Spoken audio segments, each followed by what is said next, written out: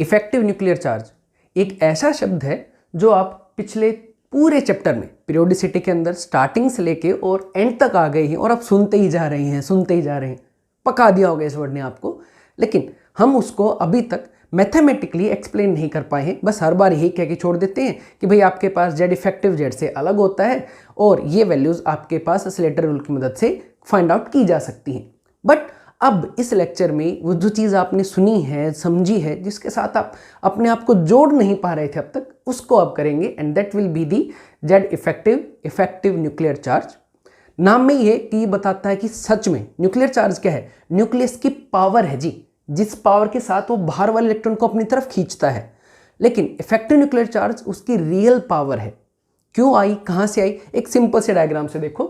आपके पास ये cutie pie nucleus as always, उसके अलावा आपके पास यहाँ पर inner shell number 1, shell number 2, shell 3 और शेल 4।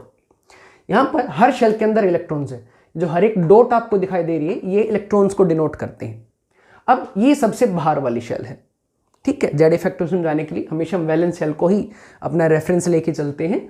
न्यूक्लियस अब बाहर वाले इलेक्ट्रॉन को बांध के रखेगा, जितना इसका न्यूक्लियर चार्ज है उस न्यूक्लियर चार्ज के हिसाब से, that is Z atomic number. लेकिन रियलिटी में दो काम हो रहे होंगे। हाँ, ये न्यूक्लियस इसको अट्रैक्ट करे बैठा होगा, जैसे कि ये आपको सॉलिड लाइन दिख भी रही होगी। न्यूक्लियस और इलेक्ट्रॉन, वैलेंस शेल के इलेक्ट्रॉन के बीच में एक अट्रैक्शन है, बिकॉज अपोजिट अट्रैक्ट्स। लेकिन जो इनर शेल के इलेक्ट्रॉन्स है वो इसको क्या करेंगे, बाहर वाली शेल वाले इलेक्ट्रॉन को, ये भी रिपेल करेगा, ये भी रिपेल करेगा और ये भी रिपेल करेगा। जो तीनों डॉटेड लाइन से आपको यहाँ पर डायग्राम में कोशिश की गई दिखाने के लिए। तो आपके दिमाग में एक बात आई होगी कि सर एक टाइम पर एक साथ में दो फोर्सेस जो एक दूसरे के अपोजिट हैं वो यहाँ पर काम कर रहे हैं। कौन कौन से, एक तो है अट्रैक्टिव फोर्स, किस किस के बीच में है, न्यूक्लियस के बीच में है और आपके वैलेंस शेल के इलेक्ट्रॉन के बीच में है। और दूसरे है इंटर इलेक्ट्रॉनिक रिपल्शन, किस किस के बीच में है, इनर शेल के इलेक्ट्रॉन्स और बाहर वाली शेल के इलेक्ट्रॉन्स के बीच में। तो जो नेट अट्रैक्शन ये फील करेगा वो क्या होगा, इन दोनों का आपके पास नेट सम। तो ये जो नेट सम है ना बेटा जी, ये नेट सम ही क्या कहलाता है आपके पास, exactly Z effective nuclear charge. अब आ जाओ फटाफट से, तो ये चीज यहां पे डिफाइन कर रखी है कि the decrease in force of attraction between nucleus and the valence shell electron is shielding slash screening effect. ये डिनोट किया जाएगा आपके पास सिग्मा से। इसकी वजह से आपके पास न्यूक्लियस की इफेक्टिव पावर जो है आउटर मोस्ट शेल के इलेक्ट्रॉन को अपनी तरफ अट्रैक्ट करने की, दैट गेट्स डिक्रीज, और इसी reduced nuclear charge because of this sigma, that is आपके पास शील्डिंग की वजह से, is known as the Z effective. As clear from the definition itself, Z effective becomes equals to Z minus sigma। साफ दिख भी रहा है भाई, घट गया है, कितना घट गया है, सिग्मा टाइम्स, तो Z में से सिग्मा घटा दो। अब यहीं पर एक बिल्कुल बेसिक सा असर्शन रीजन टाइप या सिंपल एमसीक्यू टाइप की बात करो तो बेटा मान लो Z की वैल्यू 10 है, सिग्मा की वैल्यू है आपके पास 3, तो सिग्मा आपके पास मान लो 10 की बजाय आपके पास Z की वैल्यू 10 ही है, सिग्मा पहले था 3, फिर हो गया 4, फिर हो गया 5, ये सिग्मा की वैल्यूज हैं। तो जैसे जैसे सिग्मा की वैल्यू बढ़ती जाएगी, जेड इफेक्टिव जो क्या था जेड माइनस में सिग्मा, वो वैल्यू कॉन्टिन्यूसली क्या होती जाएगी, घटती चली जाएगी। हाँ, 10 में से 3 गए 7, 4 6, 5 5। तो as sigma increases effective nuclear power of the nucleus decreases, so we can say that sigma increases Z effective decreases. सबको पता डाउनवर्ड एरो हर कोई ऐसे ही पढ़ाता है, डिक्रीज डिफाइन करते हैं। तो जेड इफेक्टिव इन्वर्सली प्रोपोर्शनल रहेगा सिग्मा से, सिग्मा बढ़ेगा तो इफेक्टिव पावर घटेगी, सिग्मा घटेगा तो इफेक्टिव पावर बढ़ेगी। अब बिना सीधी बकवास के डायरेक्ट टॉपिक पे आ जाते हैं कि निकालेंगे कैसे। तो अगर सिग्मा निकल जाए तो आपका क्वेश्चन हो जाएगा बिल्कुल कि आपके एटॉमिक नंबर सबके पता ही है आपको, उसमें से सिग्मा को घटा दोगे तो आपके पास उस पर्टिकुलर के लिए वैल्यू आ जाएगी। जब तक आपसे कहा ना जाए, इस बात पे प्लीज नोट कीजिएगा, जब तक आपको कहा ना जाए कि किसके ऊपर आपको सिग्मा निकालना है या किस इलेक्ट्रॉन के ऊपर सिग्मा निकालना है, तो ये सेल्फ अंडरस्टूड होता है बाय द डेफिनेशन सेल्फ कि आपको सिग्मा सबसे बाहर वाली शेल के इलेक्ट्रॉन के ऊपर निकालना होता है। अभी क्वेश्चन जैसे जैसे करोगे आपको टॉपिक समझ में भी आ जाएगा। अब मुद्दे पे आ जाते हैं। तो to find the sigma we use Slater rule. आ गए जी उस चीज पे जिसकी आपने बात की थी, क्या, to find sigma we use Slater rule. Slater rule के दो मेन छोटे छोटे से आपके पास पॉइंट्स हैं।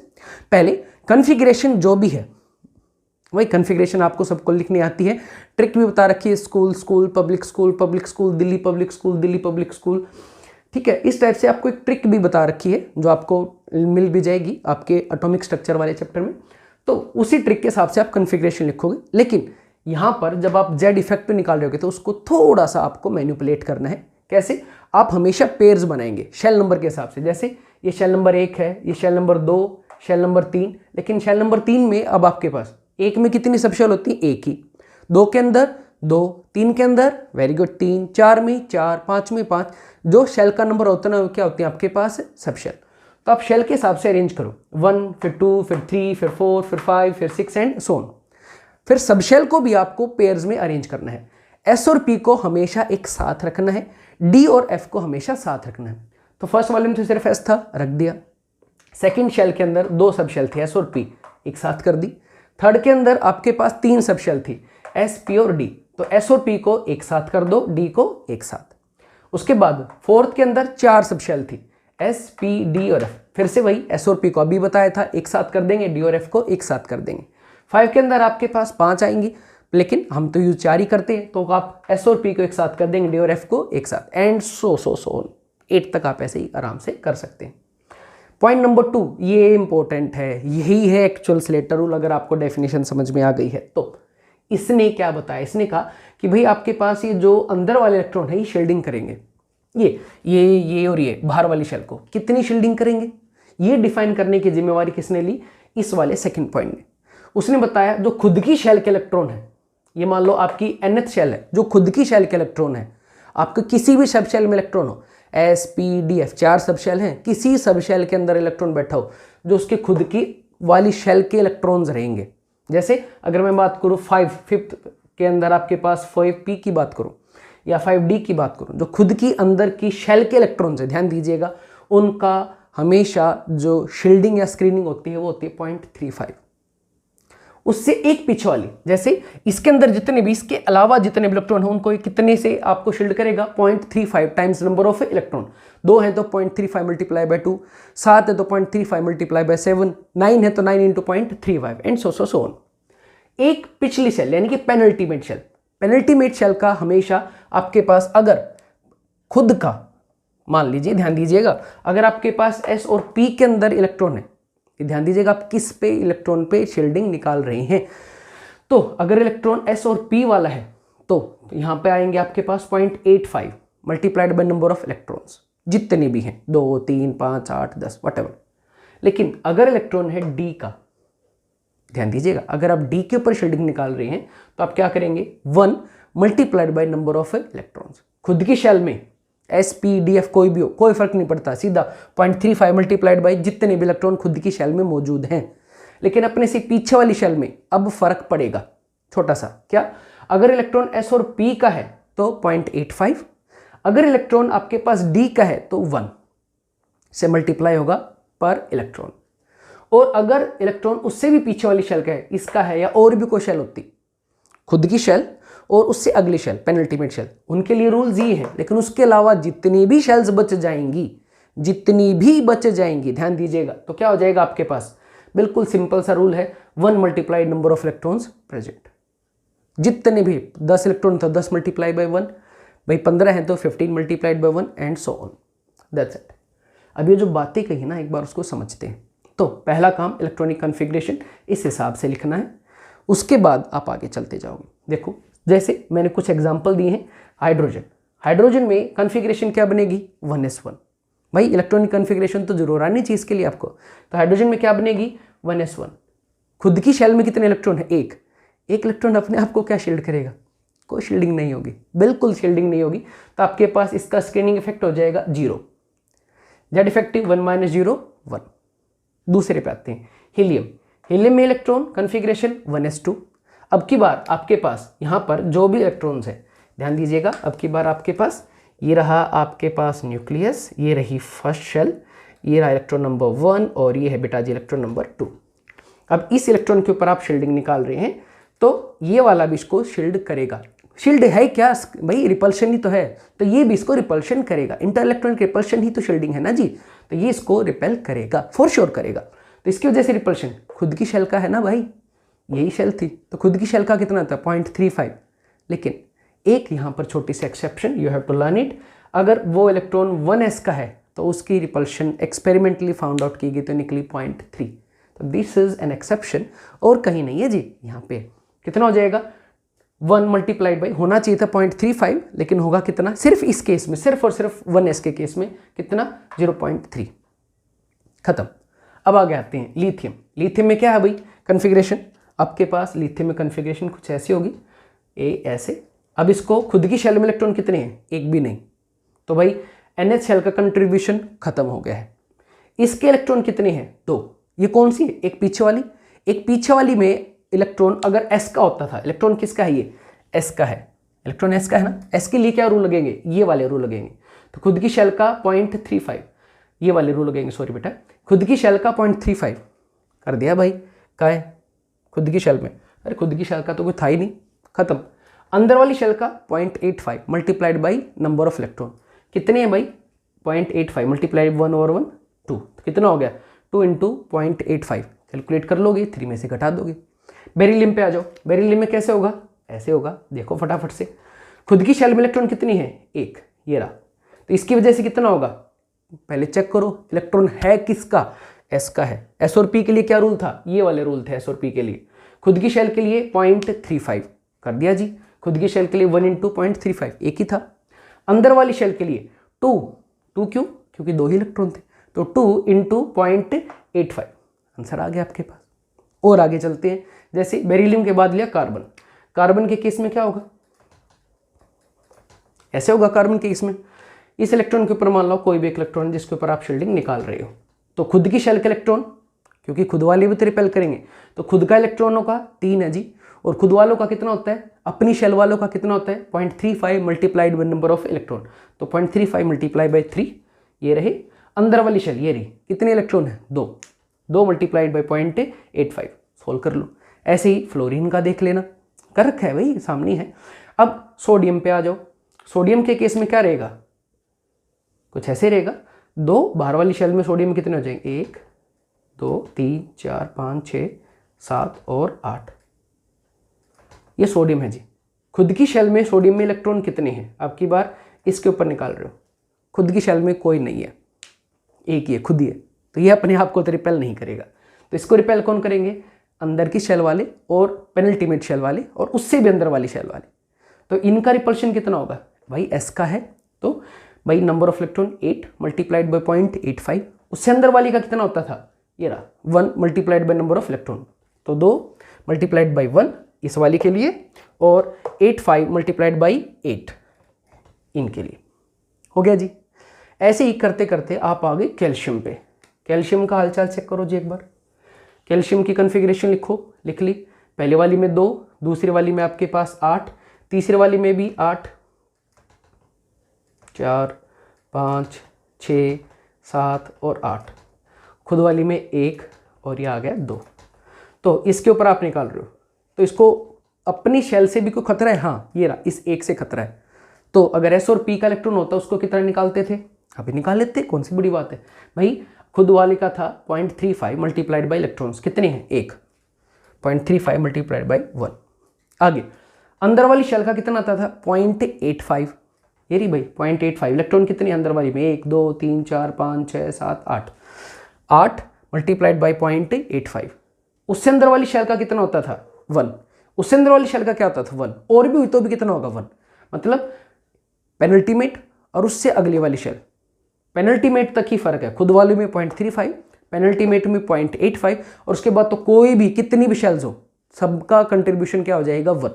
तो इसका 0.85 बाई 8 मल्टीप्लाई बाई 8, इसका 8 × 1, इसका 2 × 1, दोनों का कितना हो जाएगा 8 10 × 1, ये देखो कर दिया। और इसको किस में से घटा दिया बेटा आपने, इसके Z में से, तो ये क्या आ जाएंगे आपकी Z इफेक्टिव की वैल्यूज़। अगर ये चीज़ें आपको समझ में आ गई हैं तो कृपया करके इन सारों की वैल्यूज़ अभी वीडियो आप रोको और इनकी वैल्यूज़ अभी निकाल के देखो, टॉपिक फिलहाल अभी क्लियर हो जाएगा अंदर। बस एक ही चीज़ ध्यान रखना है, आप किसके लिए निकाल रहे हो, पहले हम सिर्फ इनके लिए निकाल रहे हैं, काम कन्फिग्रेशन लिख दीजिए। उसके बाद आपने क्या किया, उसके बाद देखा भाई जो अपनी शेल के इलेक्ट्रॉन्स बच जाते हैं क्योंकि सिग्मा क्या है, रिपल्शन ही है। तो अपने वाले कितना रिपेल करते हैं, जो अपनी शेल में मौजूद है, वो एस के हैं, पी के हैं, डी के, हमें मतलब नहीं है, ये देखना है बस जो लास्ट इलेक्ट्रॉन है वो किसका था। तो लास्ट इलेक्ट्रॉन एस का है या पी का है या एस का है, ऐसे ही है। तो लास्ट इलेक्ट्रॉन अगर एस का या पी का है, जिस टारगेट मतलब जिसके ऊपर आप निकाल रहे हो वह एस और पी में है, तो खुद की शेल वाले हमेशा करेंगे 0.35, उससे अंदर वाली शेल वाले करेंगे 0.85 रिपल्शन, और उसके अलावा जितने बचे उन सबका रिपल्शन होगा 1 एग्जैक्ट। करके देखो, आपसे आराम से हो जाएंगे। अब हम आएंगे डी पे, थोड़ा सा ध्यान दीजिएगा। चलो बेटा जी, अब फिनिश कर लेते हैं फटाफट से। इफेक्टिव न्यूक्लियर चार्ज आपने एस और पी का सीखा था, अब सीखेंगे डी और एफ ब्लॉक के अंदर अगर इलेक्ट्रॉन हुआ तो पहले ही कहा है, फिर से कह रहा हूं, आप कंफ्यूज ना हो किसी भी हाल में। जब डी के अंदर इलेक्ट्रॉन होगा तभी ये रूल लगेगा। अगर इलेक्ट्रॉन जिसके ऊपर आप निकाल रहे हो, बेशक उसके अंदर डी के इलेक्ट्रॉन मौजूद हैं, अगर इलेक्ट्रॉन जिसके ऊपर सिग्मा निकाला जा रहा है अगर वो एस का है तो एस के रूल लगेंगे। और एस के रूल में ये नहीं माना जाता, सिर्फ यही पूछा जाता है कि भाई आपके पास खुद की शेल के अंदर कितनी है, अपने से अंदर वाली शेल में कितनी है, और उनसे फर्दर अंदर वालों में टोटल कितनी है। सिर्फ यही चीज़ देखी जाती है, सिर्फ और सिर्फ ये देखना है कि भाई शेल कौन कौन सी है और लास्ट इलेक्ट्रॉन कहाँ पे है। लास्ट इलेक्ट्रॉन कहाँ पे है उसके हिसाब से एस और पी में है तो ये वाले रूल, और डी और एफ में लास्ट इलेक्ट्रॉन है तो उसके हिसाब से ये वाले रूल, जब तक आपको स्पेसिफाई ना किया जाए। जैसे अब मेरी बात को मैं एग्जैक्ट एक्सप्लेन करूंगा विद डाटास। आपके पास सबसे पहले अब डी ब्लॉक वाले कुछ एलिमेंट्स की बात करते हैं, स्कैंडियम, टाइटेनियम, वैनेडियम और क्रोमियम। जैसा आपको बताया था कि पहले आपको क्या करना है, कॉन्फ़िगरेशन को थोड़ा सा रीअरेंज करके अब की बार आपको लिखना है, और एस और पी के सेम और डी और एफ के आपको पर्टिकुलर क्या पैकेट्स बना लेने हैं। तो 1s, फिर सेकंड के अंदर 2s 2p, 3s 3p 3d, 3d देखो अलग कर दिया है, 4s 4p 4d 4f। देखो फोर्थ शेल की सारे के सारे ये हैं तो सारे फोर्थ शेल के, लेकिन s और p को अलग किया है, d और f को अलग किया है। ऐसे ही 5s 5p 5d 5f, 6s 6p 6d 6f। इस तरीके से खुद की शेल के अंदर भी s p और d f को आपने सेग्रीगेट करना है, you have to separate them. Now चलो कॉन्फ़िगरेशन लिखिए भाई।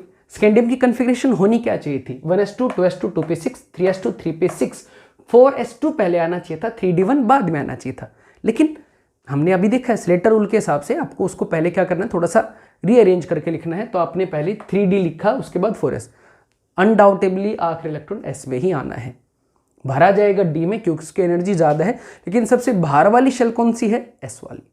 और बाय डेफिनेशन एक बार प्लीज पेज पलट के देखो, आप क्या देखोगे, आप देखोगे बाय डेफिनेशन आपके पास इलेक्ट्रॉन कौन सा होना चाहिए, बाहर वाला। स्क्रीनिंग में ये देखते थे कि आपके पास ये जो भी शेल होती थी, मान लो आपके पास ये शेल है तो इसके अंदर ये shell number 1, shell number 2, shell number 3, shell number 4, shell number 5, तो यहाँ का इलेक्ट्रॉन देखना है। बेशक ये आपके पास 5s है, ठीक है जी, या आपके पास जो भी है अंदर वाली शेल से पहले सबसे बाहर वाली, इनके बीच का जो आपको नेट अट्रैक्शन है वो फाइंड आउट करना होता था, अगर कुछ ना सिग्निफाई कर रखा हो तो चलो देखते हैं भैया। आपने लिख लिया। अब देखो खुद की शेल कौन सी है, फोर्थ, उसके बाद ये कौन सी है, थर्ड वाली क्या है, एक अंदर वाली, और ये क्या है, फर्दर अंदर वाली।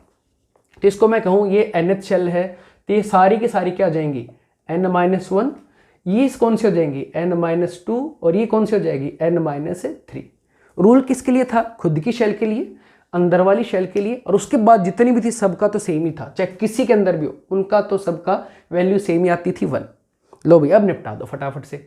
खुद की शेल के लिए कितना होगा भाई, नंबर ऑफ इलेक्ट्रॉन जितने भी हैं खुद के अलावा, ऑब्वियस सी बात है, मल्टीप्लाइड बाई 0.35 कर दिया भाई, 2 थे तो खुद के अलावा 1 रह गया, मल्टीप्लाइड बाई अंदर के इलेक्ट्रॉन 6, 2 8 और 1 9, 9 मल्टीप्लाइड बाई 0.85 यहाँ से आ गया, मल्टीप्लाइड बाई जो भी अंदर के बच गए, अब 6, 2 8 और 2 10, 10 मल्टीप्लाइड बाई 1 हो गया जी। ऐसे टाइटेनियम में साइड में जो खुद के था वो 1 एक ही था, 4s में एक पे ऊपर तो निकाल नहीं तो दूसरा ही बच गया, तो खुद के ऊपर से 1.35, अंदर वाले 6, 2 8 और 2 10, 10 मल्टीप्लाइड बाई 0.85, और उसके अलावा जो भी बच गए ये वाले जितने भी बच गए उन सबका कितना हो गया था, 10 मल्टीप्लाइड बाई 1। तो आप देख पा रहे हो ये भी सेम है क्योंकि अंदर वाली शेल में तो 10 इलेक्ट्रॉन है भाई, इसमें ये वाला भी सेम आ रहा है क्योंकि s में 2 ही आ सकते हैं, एक पे तो निकाल रहे हो तो बच कितना गया, 1। तो फर्क क्या पड़ रहा है, डी वालों की वजह से। यहाँ पे कितने आए अंदर वाली शेल में 9, यहाँ पे कितने आए 10, यहाँ पे कितने आए 11। सेम एक ऑर्डर चलता रहेगा, but there will be 2 exceptions. As usual, क्योंकि आपको पता है कन्फिग्रेशन में चेंज आता है, एक क्रोमियम और दूसरी कॉपर। क्रोमियम मैंने किया है, कॉपर आप निकालेंगे। तो देखो जी क्रोमियम के ऊपर कैसे रहेगा, क्रोमियम में चेंज आ गया 1s2 2s2 2p6 3s2 3p6 3d5 4s1, half filled वाला कंसेप्ट है।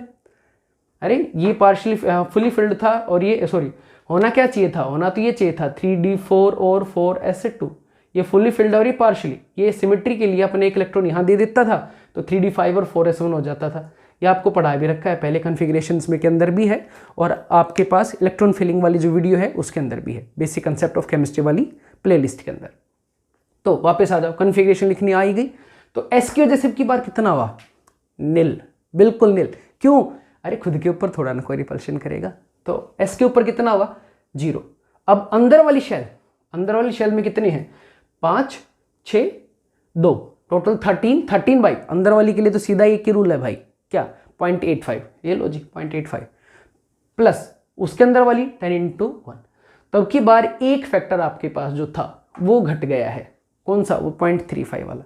तो वो जो ट्रेंड चलता रहा था आपके पास हर बार, वो ट्रेंड थोड़ा सा हो गया है चेंज। अब इन्हीं सारे क्वेश्चनों के ऊपर, इन्हीं के ऊपर आपके पास क्या निकाल रहे हैं, डी और एफ के लिए निकाल रहे हैं, ठीक है। तो ये था सबके ऊपर आउटर मोस्ट शेल के लिए, एस सब शेल के लिए सारों में, क्योंकि आउटर मोस्ट कौन सी थी, एससी थी, 4th पीरियड ही था। लेकिन मैं कहूँ भाई यहां पर डी के ऊपर बताओ कितना शील्डिंग है, यहां डी के ऊपर या इन डी, ये जो जितनी भी डी हैं इनके ऊपर कितनी वैल्यू रहेगी वो निकालो आप ध्यान से। कुछ नया आया है भाई अब आपके पास, क्योंकि ये सब कराते हैं, ये चीज़ें सभी कराते हैं, इसके ऊपर थोड़ा सा हम बच जाते हैं। छोड़ो, क्यों कंफ्यूज करना बच्चे को, नहीं भाई बिल्कुल करना है। ऐसा नहीं है कि भाई सिर्फ और सिर्फ इस चीज़ को शील्डिंग इफेक्ट महसूस होगा, भाई इसके लिए अंदर वाले सारे क्या है, इनर शेल शील्ड करेंगे। ये 3p के लिए या 2p के लिए 2s और 1s क्या है, इनर शेल, ये भी शील्ड करेंगे। तो आप इस फार्मूले से किसी के ऊपर भी निकाल सकते हो वैल्यूज बाय डिफॉल्ट। अगर कुछ ना कहा जाए तो ऑब्वियस बात है सबसे बाहर वाली शेल के इलेक्ट्रॉन पे निकाला जाता है। लेकिन अगर पूछा जाए, स्पेसिफिकली पूछा जाए कि स्कैंडियम में डी के ऊपर कितना शील्डिंग है, या आपके पास वेनेडियम में डी के ऊपर कितना शील्डिंग इफेक्ट है, जेड इफेक्टिव कितना है, सिग्मा कितना है, पूछा जाए तो आपको आना चाहिए। अब ये वाला रूल आप यूज करेंगे, थोड़ा सा ध्यान से भाई। तो पहले अरेंज करो, लो जी अरेंज कर लिया। आप देखोगे 3D के अंदर वालों का इसका खुद का इंटरेक्शन कितना होगा 0.35, इससे अंदर वालों का 0.85, उसके अंदर वालों का सारों का 1 into समथिंग, जितने नंबर ऑफ इलेक्ट्रॉन है।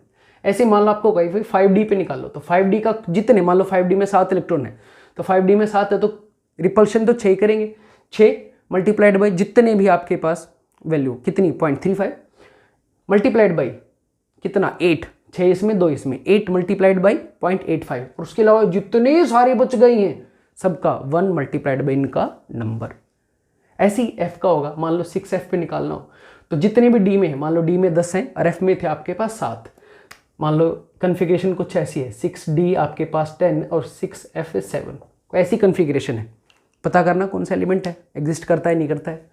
तो इनकी खुद की वजह से कितना हो जाएगा 6, इनकी वजह से कितना हो जाएगा 10, दोनों एक ही ग्रुप के हैं तो कितना हो जाएगा 16, क्योंकि 70वें पे तो निकालना ही है, 16 मल्टीप्लाइड बाई 0.35। उसके बाद ये 6 और 6p जो खुद के अंदर वाली है, खुद के अंदर वाली n-1 नहीं, खुद के अंदर वाली, इस पर कितना लगेगा 1 मल्टीप्लाइड बाई जो भी नंबर है, और उसके अलावा यहाँ से लेके यहाँ तक तो जितने भी है सब पे भी क्या लगेगा 1 मल्टीप्लाइड बाई जितने भी इलेक्ट्रॉन्स हैं। बिल्कुल सिंपल है, ट्राई करोगे तो बिल्कुल आराम से हो जाएगा। तो देखो, हाँ तो भाई अब आ गए स्कैंडियम पे, आ गए स्कैंडियम पे 4s की वजह से कितना आएगा 0। शील्डिंग कौन करा था, अंदर वाली शेल। 3D के लिए 4s कौन सी है, ये है भाई आपके पास फर्स्ट, ये सेकंड, ये थर्ड। ये थर्ड के अंदर 3 ऑर्बिटल्स हैं, 3 टाइप के सब शेल्स हैं, sp और d, और फोर्थ के अंदर आपके पास sp और d और f 4 हैं। आखिरी इलेक्ट्रॉन किस में आया 4s में आया है स्कैंडियम में।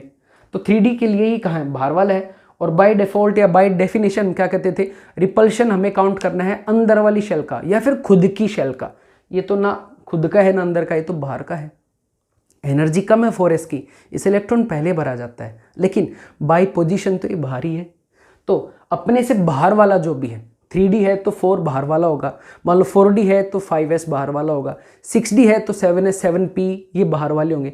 उनकी वजह से आपके पास बाय डेफिनेशन कोई रिपल्शन नहीं होती। रिपल्शन किसकी होगी?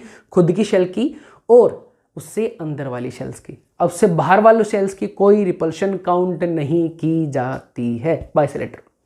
तो बस दी, तो 4s की वजह से रिपल्शन कितनी होगी? 0। उसके अलावा अब जो भी बच गया डी के ऊपर तो आपको काउंट ही करना है, कितने इलेक्ट्रॉन है? 1। अपने आप पे तो रिपल्शन करने से रहा। बच कौन गए? अंदर वाले। कितने? 6 × 2 अंदर वाली शेल वाले है भाई। 6 × 2 कितना? क्यों? क्योंकि देखो ये रहा, ये 3D था तो इसके अंदर कौन था? 3s 3p। तो 3D के लिए इनका कंट्रीब्यूशन कितना होगा? अंदर वालों का 1 × जितने भी हैं। उसके अंदर वाला को कितना होगा? 1 × जितने भी हैं। देखो ना, यहाँ 8 5 वाला कॉलम ही गायब है, यहाँ 8 5 होता ही नहीं है। यहाँ पे सीधा बस खुद वालों का और उसके अंदर वालों का बस। तो भाई डी के अंदर कितने थे? कोई था ही नहीं, तो बच गए जो भी बच गए सबका।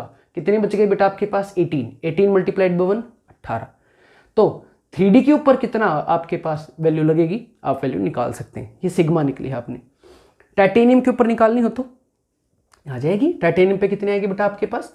तो टाइटेनियम में 2 है डी में, तो डी में खुद की वजह से कितना आएगा? 1 × 0.35। उसके अलावा 3s 3p 2s 2p कोई भी हो अपने से अंदर वाले, डी के अंदर वाले जितने भी हो सबका 1 × जितने इलेक्ट्रॉन हैं। कितने थे? 18.35। वेनेडियम के लिए निकालना हो तो वेनेडियम में 3 है, खुद के कितने हैं? अपने अलावा 2, तो 2 × 0.35। उसके अलावा जो भी अंदर वाली हैं 18 × में 1, 18 इलेक्ट्रॉन थे तो 1 × नंबर ऑफ इलेक्ट्रॉन। ऐसे ही मान लो आपको रैंडमली एक निकल दे दिया, नंबर कितना होता है? 18। तो उसमें क्या हो जाएगा आपके पास? 3d8 4s2। 4s2 की वजह से कोई नहीं क्योंकि तो बाहर है। खुद में कितने बच गए? 7, तो 7 × 0.35। उसके अलावा जो बच गया 18 × 1, तो क्या आ गया उसके आपके पास है? सिग्मा। सिग्मा आ गया तो जेड इफेक्टिव तो आ ही जाएगा, बात खत्म भाई। एटॉमिक नंबर में से सिग्मा घटा दो, तो डी वालों पे कितना नेट इफेक्टिव आया और एस वाले पे कितना नेट इफेक्टिव आया, आप चेक करोगे तो आपको वैल्यूज दिखेंगी अलग अलग है। ऐसे ही मैं कहूँ भाई बताओ 3p वाले पे कितना है, वैल्यूज अलग आएंगी। मैं कहूँ बताओ 2s पे 2p पे कितना है, वैल्यूज अलग आएंगी। तो ऐसा नहीं है कि सिर्फ बाहर वाली शेल ही रिपल्शन फील कर रही है, जितनी बाहर वाली है वो अंदर वाली से कर रही है, अंदर वाली अपने से अंदर वाली से करती है, and so on the procedure goes on. तो इससे आपके पास वैल्यूज निकल आई हैं। अभी सारे डिस्कशन का फिनिशिंग करते हैं भाई, ट्रेंड्स पे आते हैं। थोड़ा सा सिग्मा के ट्रेंड्स की बात करते हैं। प्लीज़ आप इनको ढंग से लिखेगा, मेरी तरह बोर्ड पे नहीं, अलग अलग लाइन से ढंग से करते जाएंगे। जैसे एक लाइन में पूरा ये आ गया, उससे नीचे ये आ गया, फिर जेड भी निकालें। मैंने सिग्मा निकाला, अब जेड इफेक्टिव जरूर निकालें अपनी एक्सप्लेनेशन के लिए, अपनी अंडरस्टैंडिंग के लिए, क्योंकि ये टॉपिक बहुत ज़रूरी है और बहुत इंपॉर्टेंट है। तो लेफ्ट से राइट जाओगे तो सिग्मा हमेशा बढ़ता है, दिख रहा है, दिखेगा, बिल्कुल दिखेगा। आप निकाल के देखा आपने अभी वैल्यूज़ में, ये देखो ये बढ़ रहा है, लेफ्ट राइट ही तो आ रहे हो, वैल्यू हमेशा कॉन्टिन्यूसली क्या होती जा रही है, बढ़ती जा रही है। डाउन द ग्रुप भी सिग्मा हमेशा बढ़ेगा, देख लेना भाई, निकाल के देख लो, कोई बड़ी बात थोड़ी नहीं। पिछले पेज पे निकाला भी था आपने सोडियम पोटेशियम का, तो वैल्यू बढ़ती है। तो सिग्मा की जैसे जेड इफेक्टिव पे क्या फर्क पड़ेगा, लेफ्ट से राइट जाते हैं तो भाई सिग्मा बढ़ता है, लेकिन एटॉमिक नंबर भी बढ़ता है, और एटॉमिक नंबर सिग्मा से ज़्यादा बढ़ता है, तो जेड इफेक्टिव आपके पास इंक्रीज होगा। सिग्मा बढ़ेगा लेकिन जेड इफेक्टिव भी बढ़ेगा, क्यों? क्योंकि जेड इफेक्टिव को कंपनसेट कर दिया है इंक्रीज इन एटॉमिक नंबर ने। लेकिन डाउन द ग्रुप बहुत ध्यान से भाई, यह क्वेश्चन आपको अटका सकता है। डाउन द ग्रुप भाई एटॉमिक नंबर भी बढ़ रहा है और सिग्मा भी बढ़ रहा है, बिल्कुल बढ़ रहा है, लेकिन आपके सिग्मा वाले फैक्टर को इंक्रीज इन एटॉमिक नंबर दोनों ने एक दूसरे को क्या कर दिया, कंपनसेट। तो down the group Z effective की वैल्यूज, मैथमेटिकल वैल्यूज जो हैं वो ऑलमोस्ट क्या रहती हैं, सेम रहती है। तो down the group Z effective value क्या रहते हैं आपके पास, ऑलमोस्ट सेम। कैसे? अब देखो ये वैल्यूज का आपको विद एक्सप्लेनेशन बता रखा है। ये क्या है आपके पास, period, lithium beryllium boron carbon nitrogen oxygen fluorine, second period है जी। डाउन द ग्रुप देखो ना, सॉरी लेफ्ट टू राइट देखो, लिथियम से जैसे जैसे फ्लोरीन, ऐसे लिखने की वजह मैंने ऐसे लिख दिया बेटा, आप ढंग से लिख सकते हो। जैसे जैसे आप लेफ्ट से राइट लिथियम से फ्लोरीन की तरफ मूव करते हो पीरियोडिक टेबल में, देखना कॉन्टिन्यूसली जेड इफेक्टिव की वैल्यूज, ये जेड इफेक्टिव है ना कि सिग्मा, जेड इफेक्टिव की वैल्यू कॉन्टिन्यूसली बढ़ती हुई जा रही है। ये चीज़ बताई थी, बढ़ेगा। ये देखो period, lithium sodium potassium first period है, सॉरी फर्स्ट ग्रुप है, सॉरी बेटा। लिथियम से फ्रेंडशिप देखना 1.3, फिर बढ़ी 2.2, लेकिन फिर ऑलमोस्ट क्या होगी सारों में सेम। बाकियों की भी आप निकाल सकते हैं, आप ग्रुप 2 वालों की निकाल के देख लो, कोई बड़ी बात थोड़ी ना है। ये देखो फिर से, ये एस के हिसाब से बेटा, एस के हिसाब से देखो, आपके पास लेफ्ट साइड जा रही थी तो वैल्यू कॉन्टिन्यूसली क्या हो रही है, जब बढ़ रही है किसी पीरियड में। लेकिन देखो एक्सेप्शन क्रोमीन में और कॉपर में, हर एक में इंक्रीमेंट आ रही है 3 से 3.15, 3.15, 3.3, लेकिन फिर घट गई एकदम से, फिर बढ़ गई, फिर आपके पास बढ़ रही है, फिर बढ़ रही है, फिर बढ़ रही है, फिर घट गई। क्यों? 2 एक्सेप्शंस हैं, एक्सेप्शंस में गड़बड़ आती है, वो आपको समझा दिया कि एक्सेप्शन क्यों आई, क्योंकि कन्फिग्रेशन अलग थी। कन्फिग्रेशन क्यों लगाई वो आपको समझा रखा है पहले से ही। अब इन सारी चीज़ों के हिसाब से ट्रिक कह लो, ट्रिक कहना तो अतिशोक्ति हो जाएगी, ज़्यादा बढ़ जाएगा, जनरलाइजेशन कह लो जी। जनरलाइजेशन करते हैं कि भाई आपके पास लेफ्ट राइट जाते हैं पीरियड में, तो अगर आप कैलकुलेट कर रहे हो एस और पी के इलेक्ट्रॉन पे जेड इफेक्टिव, तो वो बढ़ता है कितना, बाई ए फैक्टर ऑफ 0.65। देख लो भाई, देख लो, ये 0.65, 0.65, 0.65, 0.65, 0.65, 0.65, हर एक पे बढ़ रहा है ऑलमोस्ट। ये निकालना है भैया, आप भी निकाल सकते हो, कोई बड़ी बात नहीं है। तो सीधा जनरलाइजेशन कह लो, ट्रिक कह लो, कुछ भी कह लो। नीचे आते हो, सॉरी पीरियड में ही अभी, तो लेफ्ट साइड जाते हो, जेड इफेक्टिव हर बार कितना बढ़ता है 0.65, क्योंकि हर बार कैलकुलेट करने की जरूरत नहीं है, एक की वैल्यू दे दी जाए तो बाकियों की आप आराम से निकाल सकते हो, सोच सकते हो, आइडिया बना सकते हो।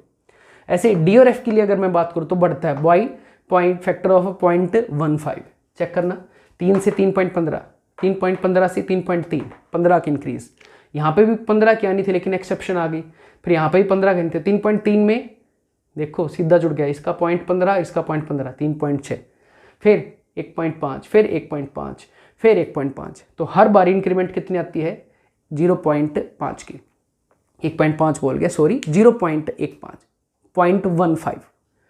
अब आओ ग्रुप में, ग्रुप में जैसे जैसे सेकंड से थर्ड ग्रुप पे जाओगे तो हर बार, जैसे आपके पास ये देखो लिथियम से सोडियम पे आओ, या आपके पास बेरिलियम से आप आओ मैग्नीशियम पे, इस टाइप से जब सेकंड से थर्ड पीरियड पे आते हो तो हमेशा आपके पास सेकंड से थर्ड पीरियड पे जब भी आते हैं तो जेड इफेक्टिव बढ़ता है बाई ए फैक्टर ऑफ 0.9, 1.3 से 2.2।